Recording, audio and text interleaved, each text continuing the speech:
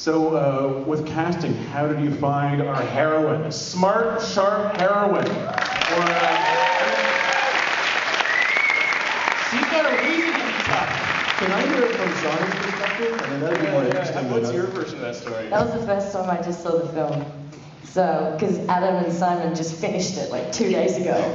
So we weren't allowed to actually watch it up until now. They wanted us to experience it with you guys and have the live feed and the live audience. I don't know if it's because I was in it and so I know what's happening, but to me that was a comedy. That was straight up in your face laughter. I just laughed the whole way through it. I mean, I don't know, it's hard for me to comment on it from like an audience perspective because I know what's coming and know exactly what's happening, so at no time was I particularly scared in the sense of like knowing what's coming up, but then you guys, I know what was coming and then I still sat there and went, shit! It's the sound effects and all the cool stuff that like really get you, and like the way you cut it together was just awesome, so thank you for having me be a part of it. We're just going to have a little discussion here between it's just don't mind us. And also like to pat each other. Sharni, remember how did we cast you? You, what? So, to answer the question. Oh shit! Yeah, sorry, that was way better than the answer that we're about to get, but it's really not that interesting. Really, we just, you know, like, we had an open casting call. A lot of the people actually in the film, like AJ Bowen and Joe Swanberg and Amy Simons, and even like Ty West are people that like I've worked with before, and you know, a lot of them were in A Horrible Way to Die. And so a lot of the people Simon wrote the script with them in mind. But like in terms of like Sharni's character, we had absolutely no fucking idea, you know, who was going to play that part. So of course we just did, you know, like, you know, basically a casting call thing. And we saw a lot of people, and like every time it was like, people were doing exactly what we didn't want them to do, which was like my biggest fear, which is like a bunch of girls and like Daisy Dukes like posing and trying to act tough, you know. And it was really important to me that we differentiate ourselves from, you know, like, because the biggest like pratfall in like these type of movies with like a strong heroine is that usually like from scene one, you know, the girl's like posing and acting tough, you know, and that was something that like we wanted to avoid from the beginning because, you know, it's just not very realistic, and it ultimately just doesn't make you believe that she can hold her own. And when we saw Sharni's audition, she just like had a subtlety to her that was like, you know, totally brilliant. And maybe it's the Australian accent, but she seemed tough automatically too. No, it was the worst audition of my life, you guys. Like, I walked out of that audition and I went home. This is my roommate, by the way. We actually love each other. We live together. And I came home and I went up to her and I said, I blew it. I wanted that part so bad. And I walked in the room and I don't know what happened. I lost my mind and I just was terrible. Meanwhile, we were like totally fucking blown away. And if she's Australian, she'll just seem tough. And how did you, for those who might not know, Barbara, the star of Re-Animator. How did you get Barbara? How did they approach you? How did that happen? How did that magic happen? I was running on a treadmill in Tahoe, and I looked at my phone, and it had a message from my agent, and it said, well, somebody just offered you a part in a movie called You're Next. I said, what? Who?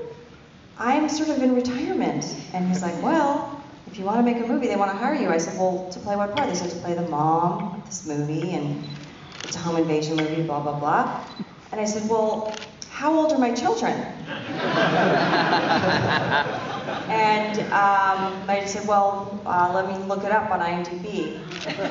AJ Bowen is 34 years old. I said, oh, so I'm to play the mother of a 34-year-old man? Anyway, I read the script on my iPhone, because that's all I had, and I loved it. I just thought it was brilliant and so well crafted. And so I said, yes, I'll look as old as possible just to play this part. And we did. We had to really work hard to make you look older because you're so beautiful. Oh, exactly. Thank you. You look younger than your science, right? I think you look younger than your science, right? Exactly. Someone here asked, what can you tell us about the composer? Who did the music? The music composition was basically like 4 different people. The 2 main guys were Colin and Justin Lee, and they're people I've worked with since Pop Skull, and they did a whole Way to Die score. And Kyle, like specifically, like the first actual piece of music he wrote was I guess you can call it the Sharni theme, the one where she's putting up the axe and it's like and like he sent that to me and I was like, oh, this is way too fucking over the top. There's no way we can use this. And so like we went and put him in a different direction. And then like whenever I showed Keith and Jess the rough cut, they're like, you know, I think I could tell that like they were liking the movie, but they had some reservations, and they were like, they're like, now the score, we like it, but it's like it doesn't let you have fun. And I was like, oh, okay, well, I'm gonna put something in tomorrow and I'll show you guys. And then they played that and it was like, oh, okay, yeah, this is working. And then like the rest of the music was a guy named Mads Hepburg. Is it Hepburg? Heltzberg. And he was somebody that was at our first test screening, and we just had a couple places we needed to fill in. And the rest of it I did on my, basically mostly on my iPod, a lot of the electronic stuff, just to fill in the gaps because like, you know, there was like so much music we needed and we had so little time. I realized that we weren't going to be able to get everybody to pull it together, so I would just like throw together some stuff and, you know, just, you know, try to get the whole thing together. Unfortunately, you know, I guess it turned out really effective. Do we have any other questions here? Yes, Platt. Were you influenced by Home Alone in any way? Oh, yeah. I mean, obviously the nail scene. I mean, who didn't like Home Alone, though? I mean, I remember watching that fucking movie when I was a kid a couple times in the theater and thinking it was like an orgasmic experience, you know? It was like the best movie ever made. So, I mean, yeah, I mean, that kind of stuff does kind of show through in some weird way. Do you have anything to add to that, Sam? Hollywood executives, we're willing to remake Home Alone. I just want to add to the one thing was the first time you guys sent me the script, the first comment I had is, oh, it's Home Alone is a horror movie. That's brilliant, I'm in. Yes? Is there anything that you said to yourself, oh, we're never going to be able to do this, but we were able to pull it off? Well, I mean, anytime the windows were breaking or somebody was jumping out a window, because like we had so little time to do the movie, it was always like, yeah, there's no way we're going to be able to do that. Actually, it was pretty much every special effects scene, but sometimes it was because, you know, the special effect didn't work, and then we're like, it's more like a retrospect thing, like, oh, that didn't work, and we're going to have to keep shooting this over and over again throughout the entire shoot, you know? But I think the main thing, you know, like I never believed that we were going to actually be able to have, you know, it was a stunt double. Sorry to burst everyone's bubble, but it wasn't Sharni jumping out the window. That's only because you wouldn't let me. She did want to, she begged. She did. Yeah, she did everything else. But like those windows were so small. It was like our stunt choreographer and fight coordinator, Clayton Barber, he, you know, like he was really concerned. Like the first thing he did when he showed up to the set is he wanted to look at the windows, and he was just like, immediately just like, oh, let me see the upstairs. And we go upstairs and it's like even worse, you know? And so we went through a couple different things. We were trying to figure out where we were going to do it in the house or we were going to fake it downstairs. And ultimately he brought in this stunt girl who just didn't give a shit. And she just, you know, jumped through this little tiny window and it just kind of came together. Clayton Barber was the stunt director coordinator on Bunraku. Who else? Yes, the green plaid shirt. Yeah, I wanted to ask, you got 3 other directors as actors in that movie. Nice. What's that like for you as a director? I assume these guys. Well, it's a lot of fun because when you're working with people like, you know, Swanberg who played, you know, Drake, the brother with the arrow in his back, and you know, you got like Ty West in there. It's one of those things where the whole time, like, whenever like shit's going down, and it, you know, because like in a production like this, when you have a very small amount of time to pull off something where you want it to feel like you have a lot of shots, like the movie doesn't, it's not worried about the budget, you know, you're trying to just like push it through. Whenever you have like directors like acting for you, they like have a lot of empathy, so, you know, like when a special effects doesn't work, you know, like Ty would come up to me and he's just like, listen, I know some guys that can fix this shit up, you know. But ultimately we would just go back and like reshoot it a couple days later just as like as an insert. And you know, a lot of that was like patched together that way. But I mean, you know, it's it's not one of those things, like, in some ways, I would have imagined, like, a couple years ago, before working with other directors as actors, that it would be kind of intimidating, like they'd be judging me or having their own, you know, thoughts and ways of doing things.